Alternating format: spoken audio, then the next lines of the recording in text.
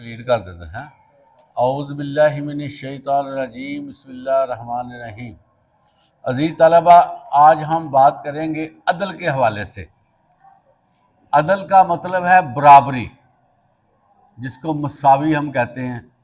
ایسے دو لائنیں کھینچی جائیں تو کیا ہو جاتا ہے؟ مساوی اس کو کہتے ہیں۔ اس کی علامت ہے دو لائنیں، اور یہ چیز جو ہے بہت زیادہ اہم ہے اسلام میں۔ دو لائنیں عدل کے حوالے سے جو ہے وہ بہت زیادہ ہدایات ہیں، اور اسلام کا ترہ امتیاز ہے کہ یہ عدل کو فوکس کرتا ہے۔ عدل کے بغیر معاشرتی زندگی بیکار ہو جاتی ہے، بے سود ہو جاتی ہے، اور ایک جنگل کا نظام بن جاتا ہے جس میں طاقتور غریب کو پکڑ لیتا ہے، خونخوار غریب کو مارتا ہے، اس کی حق سلب کرتا ہے۔ اس لیے اللہ تعالیٰ نے عدل کے حوالے سے بہت زیادہ ہدایات کی ہیں۔ قرآن مجید میں اللہ تعالیٰ فرماتے ہیں، یا ایھا الذین آمنوا کونوا قوامین بالقسط شہداء للہ ولو علی انفسکم او الوالدین والاقربین۔ اے ایمان والو، انصاف پر قائم ہونے والے بن جاؤ، اللہ کے لیے گواہ بن کر یا خود گواہی پر تم اپنے والدین یا قریبی رشتہ داروں کے خلاف ہی کیوں نہ ہو۔ عزیز طلبہ، قرآن مجید میں یہ واضح فرمایا گیا ہے کہ انصاف پر قائم ہونے والے بن جاؤ، اور اللہ کے لیے گواہ بن جاؤ، اور اسی طرح وہ گواہی تمہارے والدین کے خلاف ہو یا تمہارے قریبی عزیز رشتہ داروں کے خلاف ہی کیوں نہ ہو۔ اس لیے کہ انصاف کا تقاضا ہے کہ جو بندہ جج ہے، جو بندہ گواہ ہے، وہ اپنا کام نہایت ایمانداری سے کرے۔ عزیز طلبہ، یہ جو جج ہے، قاضی ہے، یہ بہت اہم کرسی پہ بیٹھا ہوتا ہے، بہت اہم ذمہ داری ہوتی ہے۔ حدیث مبارکہ ہے کہ جو بندہ as a Qazi, as a جج صحیح فیصلے کرتا ہے، وہ قیامت کے دن عرش کے سائے تلے ہوگا جب کوئی اور سایہ نہیں ہوگا۔ اتنا مرتبہ ہے۔ اسی طرح یہ جو عادل جج ہے، قاضی ہے، اس کا جو شمار ہونا ہے وہ بھی صلفاء میں ہوگا، خلفاء میں ہوگا، شہداء میں ہوگا۔ اس لیے عدل کے حوالے سے بہت کیئرفلی ہمیں چلنا چاہیے، جس میں اسلام میں بہت سی مثالیں بھی ہمارے پاس موجود ہیں۔ ایک آیت یہاں پر اب پڑھتے ہیں، وَلَا يَجْرِمَنَّكُمْ شَنَآنُ قَوْمٍ عَلَىٰ أَلَّا تَعْدِلُوا اعْدِلُوا هُوَ أَقْرَبُ لِلتَّقْوَىٰ وَاتَّقُوا اللَّهَ۔ اور تمہیں کسی قوم کی دشمنی اس حد تک آمادہ نہ کر دے کہ تم عدل سے ہٹ جاؤ۔ اس کے بعد اللہ فرماتے ہیں، عدل کرو، وہی اللہ کے ہاں مقبول ہے، اور تقویٰ پیدا ہوتا ہے عدل کرنے سے۔ اس کے بعد اللہ فرماتے ہیں، اور اللہ سے ڈرو۔ یعنی کہ عدل جو ہے، اس کی وجہ سے انسان کے اندر کیا تبدیلی پیدا ہو جاتی ہے کہ بندہ تقوی میں چلا جاتا ہے۔ اور قرآن مجید میں اللہ تعالیٰ فرماتے ہیں کہ وہی بندے کامیاب ہوں گے جو تقوی پر مبنی زندگی گزاریں گے۔ اس لیے عدل کے حوالے سے کسی طور پر بھی اسلام میں رخصت نہیں ہے۔ اس کی مثالیں ہم دیکھتے ہیں کون کون سی۔ ایک تو وہ مشہور مثال آپ نے سنی ہوگی، جس میں قبیلہ قریش کی ایک خاتون فاطمہ وہ چوری کا ارتکاب کر لیتی ہے، اور قریش چونکہ ایک سردار قبیلہ اور خانہ کعبہ کا متولی قبیلہ، تو قریش کے لیے یہ بڑی زیادہ نموشی کی بات تھی کہ اس کی ایک عورت پر حد قائم کی جائے، یعنی کہ اس کا ہاتھ کاٹا جائے۔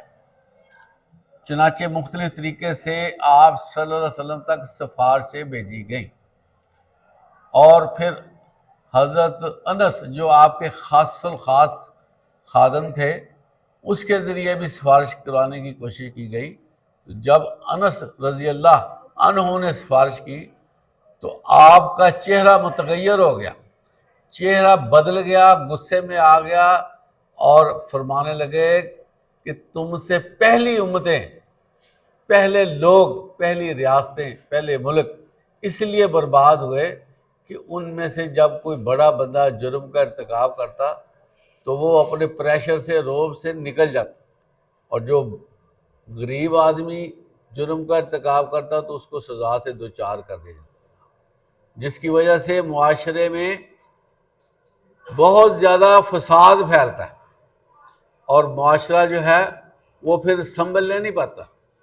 عزیز طلبہ، آپ خود دیکھیں کہ ہمارے ملک کا جو نظام انصاف ہے وہ اتنا سٹرکٹ نہیں ہے، جس کے نتیجے میں جرائم بہت زیادہ ہیں، اور جو بندہ جرم کا ارتکاب کرنے لگتا ہے اس کے دماغ میں یہی ہوتا ہے کہ مجھے کیا ہو جائے گا، میں پیسے دے دلا کے، کچھ قید کاٹ کر، گواہوں کو بٹھا کر کسی طریقے سے میں نکل آؤں گا، پھر کیا ہے۔ اور آپ دیکھیں اسی وجہ سے ہمارے ہاں جو سوسائٹی کی برائیاں ہیں، ہونا تو یہ چاہیے تھا کہ جب ملک بنا اس وقت برائیاں زیادہ ہوتی، آہستہ آہستہ ختم ہو جاتی، کنٹرول ہو جاتا ہے۔ بنتی تو بات ایسے ہی ہے کہ پہلے ہم نئے نئے اس ملک میں آئے ہیں تو آہستہ آہستہ ہمیں سارا کر لینا چاہیے۔ لیکن عزیز طلبہ، کیا ہوا آپ بتائیں؟ اس وقت ہمارے ملک کی کیفیت یہ ہے کہ پہلے سے زیادہ جرائم کی شرح ہے۔ کسی چیز میں بھی دیکھ لیں، وہاں پر پورا نیٹ ورک ہے، جرم کے حوالے سے مافیاز بنے ہوئے ہیں، اور پھر پریشر گروپ بنے ہوئے ہیں۔ بندے جرم کر لیں تو کسی کی جرت نہیں ہے اس کو ہاتھ لگا لیں، جس کی وجہ سے سوسائٹی میں ابتری ہے، اور لوگ اس سوسائٹی سے سیٹسفائیڈ نہیں ہیں۔ اور وہی لوگ جو اس سوسائٹی میں رہنے والے اب باہر جانے کی سوچتے ہیں، ہر بندہ ملک سے باہر جانے کے بارے میں غور کرتا ہے۔ کیوں ایسے ہے؟ کہ ان کو پتہ ہے کہ وہاں پر میرے ساتھ کوئی ابھی نبی نہیں ہوگی، مجھے کوئی نقصان نہیں ہو سکتا، میرے ساتھ کوئی بلنڈر نہیں ہو سکتا، مجھے لوگ میرے ساتھ ناانصافی نہیں کریں گے۔ اب دیکھیں کہ کیوں لوگ باہر جاتے ہیں، کہ میں سیٹسفائیڈ ہوں کہ وہاں پر ہر چیز ترتیب سے چل رہی ہے، جو بندہ فالٹ کرے گا آٹومیٹکلی اس فالٹ میں آ جاتا ہے، اس کو پکڑ لیا جاتا ہے۔ تو کوئی بھی بندہ اس چیز سے مبرہ نہیں ہے اگر اس نے فالٹ کر لی۔ یہ ہماری عرب ریاستیں ہیں، وہاں پر رات کے وقت بھی کوئی بندہ وائلیشن نہیں کر سکتا۔ اگر کوئی خاتون اکیلی سونے میں لدی ہوئی ٹریول کر رہی ہے تو کسی کی جرت نہیں ہے کہ اس کی طرف دیکھ سکے۔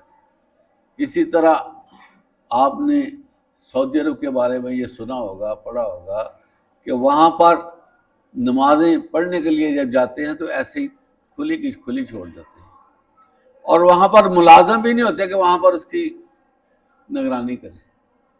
کسی کی جرت نہیں ہے کہ وہ وہاں پر کوئی ایسا عمل کریں جو خطرناک ہو، جرم کی۔ جہاں پر جرم ہوتا ہے عزیز طلبہ، وہاں پر کچھ دنوں بعد اس کو سزا دے دی جاتی ہے۔ کسی حوالے سے، خواہ ان کا کوئی رشتہ دار ہے، ریلیٹو ہے، کوئی تفریق نہیں ہے۔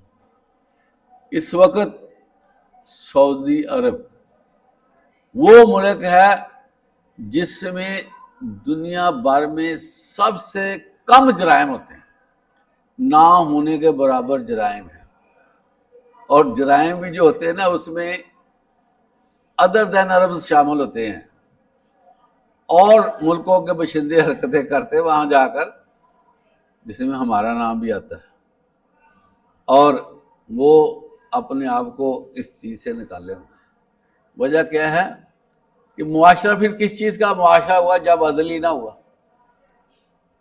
اور آپ نے اور بھی مثالیں دیکھی ہوں گی کہ خطبہ حجۃ الوداع کے موقع پر اللہ کے نبی نے خود اپنے آپ کو پیش کر دیا کہ اگر میری وجہ سے کسی کو تکلیف ہوئی ہے یا میں نے کسی کو کچھ نقصان دیا ہے، آؤ مجھ سے آ کر بدلہ لے لو۔ اس سے بڑھ کر کیا ہو سکتا؟ اسی طرح آپ نے وہ مشہور واقعہ سنا ہوگا حضرت علی رضی اللہ عنہ کے حوالے سے کہ آپ کا ایک بندے کے ساتھ، شہری کے ساتھ تنازع بن گیا، وہ کورٹ میں چلا گیا اور اس قاضی نے حضرت علی کو بھی بلا لیا کہ آپ کے خلاف یہ اپلیکیشن ہے، اور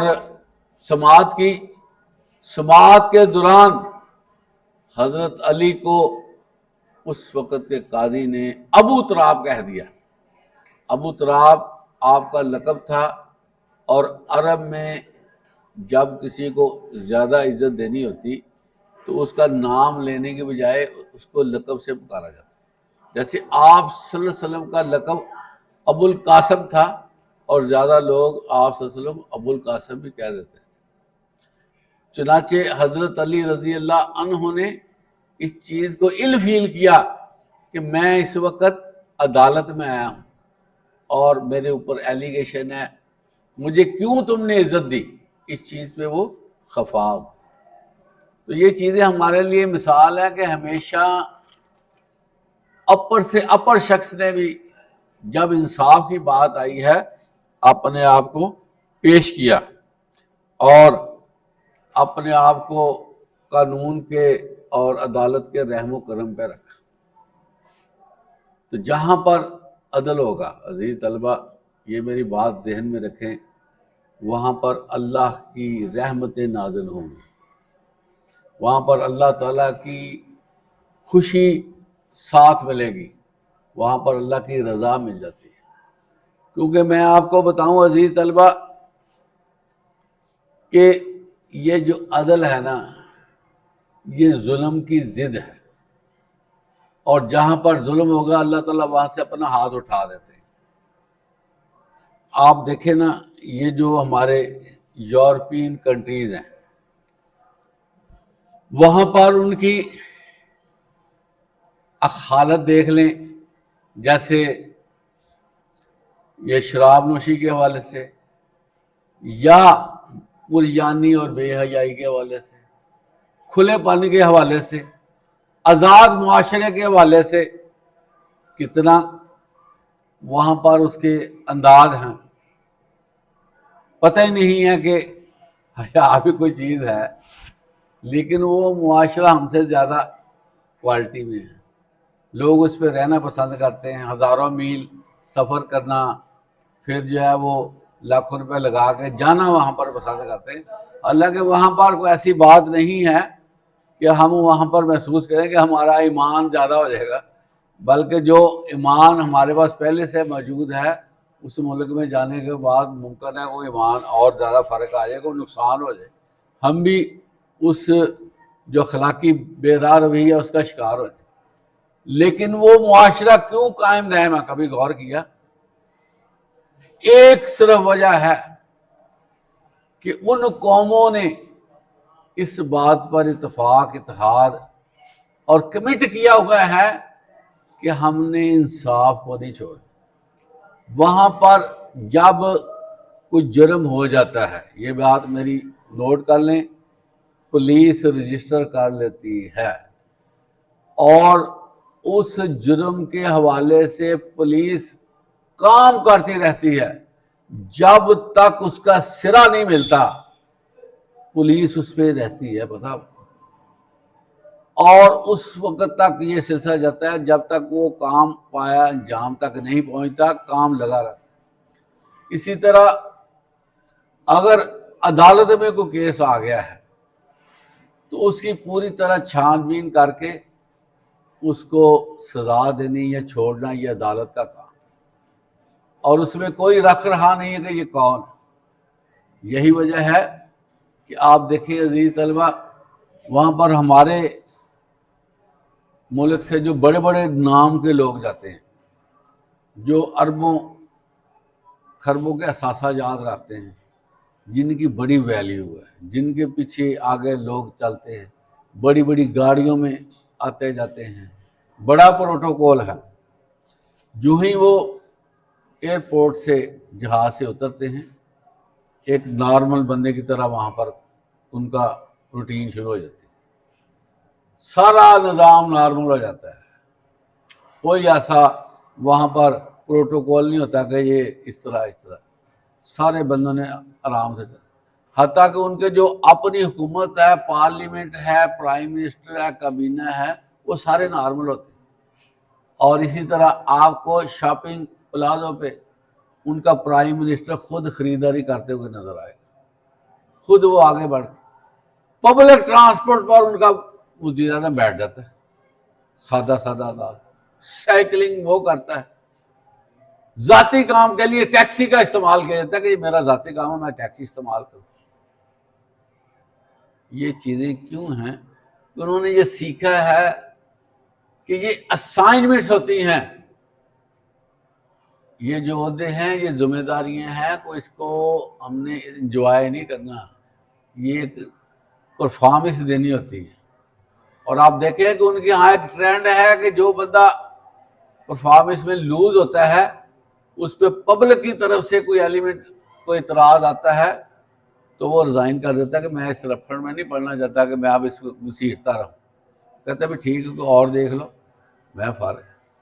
کیونکہ ایک چیز کا فیصلہ انہوں نے کیا ہے کہ ہم نے جسٹیفائی کرنا ہے، ہم نے وائلیشن نہیں کرنی اور حقدار کو حق دلانا ہے، جس کے نتیجے میں کفر کا معاشرہ ہونے کے باوجود کتنا اسٹیبلش ہے، کتنے ان کے لوگ ایزی ہیں، کتنی ان کی انجوائمنٹس ہیں، کتنا انہوں نے لش پش نظام کو کیا ہوا ہے۔ وجہ صرف ایک ہی ہے عزیز طلبہ، عدل۔